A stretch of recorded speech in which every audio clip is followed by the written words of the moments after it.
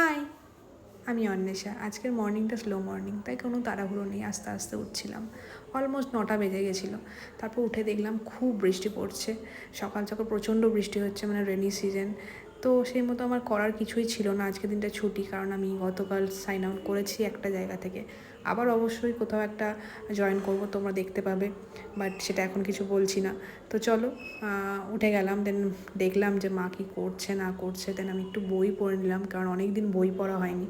তো চলো, বই পড়ে এখানে মা চাউমিনও আমার জন্য ব্রেকফাস্টও রেডি করে ফেলেছে। অ্যান্ড কিছু ভালো লাগছে না, তারপর কার্টুন দেখতে বসেছিলাম অনেক দিন পর। অ্যান্ড কার্টুন দেখতে দেখতে কিছু স্কিন কেয়ার প্রোডাক্ট আমার দরকার ছিল, ওগুলো অর্ডার করে ফেললাম ব্লিঙ্কিট থেকে।